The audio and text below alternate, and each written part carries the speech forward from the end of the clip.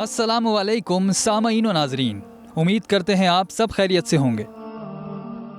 Professor Durga Rao दुनिया के जाने पहचाने माहिर बहरी अर्जियात हैं और वो शाह अब्दुल अजीज़ यूनिवर्सिटी जद्दा सऊदी अरब में प्रोफेसर भी रह चुके हैं। उनसे इस आयत मुबारका पर तबसरा करने के लिए कहा गया, या फिर इसकी मिसाल ऐसी है जैसे एक गहरे समंदर में अंधेरा हो जिस पर एक मौज छाई हो, इसके ऊपर एक और मौज आ रही हो और इसके ऊपर बादल हों। तारीखी पर तारीखी मुसल्लत है, आदमी अपना हाथ निकाले तो इसे भी ना देखने पाए। अल्लाह जिसे नूर ना बख्शे इसके लिए फिर कोई नूर नहीं। टॉपिक पर चलने से पहले हमारा चैनल सब्सक्राइब करें और बेल आइकन ज़रूर दबाएं ताकि हमारी हर आने वाली वीडियो आप तक पहुंचती रहे।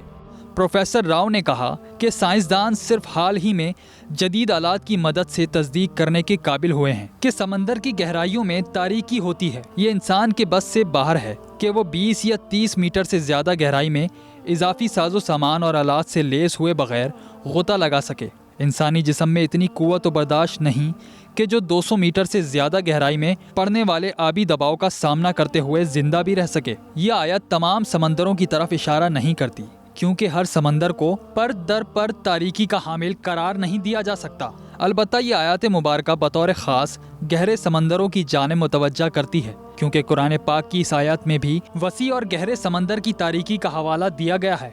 गहरे समंदर की ये तय दर तय तारीकी दो असबाब का नतीजा है।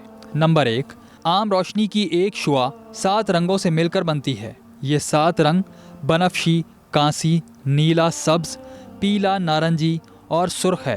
रोशनी की शुआ जब पानी में दाखिल होती है तो रिफ्लेक्शन के अमल से गुजरती है। ऊपर के 10 से 15 मीटर के दौरान पानी में सुर्ख रंग जब्स हो जाता है। लिहाजा अगर कोई गोताखोर पानी में 25 मीटर की गहराई तक जा पहुंचे और जख्मी हो जाए तो वो अपने खून की सुर्खी नहीं देख पाएगा, क्योंकि सुर्ख रंग की रोशनी इतनी गहराई तक नहीं पहुंच सकती। इसी तरह 30 से 50 मीटर तक की गहराई तक आते आते नारंगी रोशनी भी मुकम्मल तौर पर जब्स हो जाती है। पीली रोशनी 50 से 110 मीटर तक, सब्ज रोशनी 100 से 200 मीटर तक, नीली रोशनी 200 मीटर से कुछ ज़्यादा तक, जबकि कांसी और बनफशी रोशनी इससे कुछ ज़्यादा गहराई तक पहुंचते हुए जब्स हो जाती हैं। पानी में रंगों की इस तरह तरतीब वार गायब होने की वजह से समंदर भी तय दर तय करके बारीक होता चला जाता है, यानी अंधेरे का ज़हूर भी रोशनी की परतों की शक्ल में पैदा होता है। 1000 मीटर से ज़्यादा की गहराई में मुकम्मल अंधेरा होता है।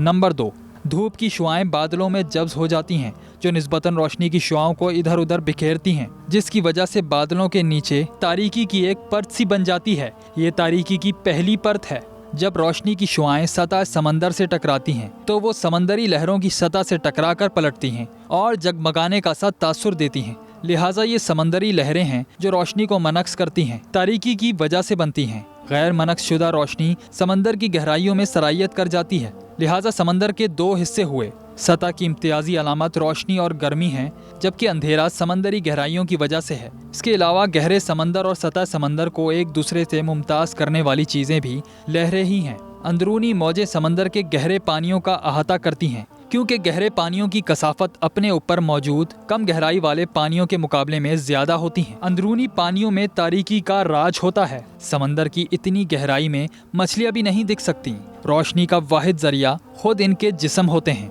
इस बात को कुरान पाक निहायत जामे अंदाज में बयान करते हुए कहता है, मसल इन अंधेरों के लिए जो निहायत गहरे समंदर की तह में जिसे ऊपर तले की मौजों ने ढांप रखा हो। दीगर इन लहरों के ऊपर मजीद अकसाम की लहरें हैं, यानी वो लहरें जो समंदर की सतह पर पाई जाएं।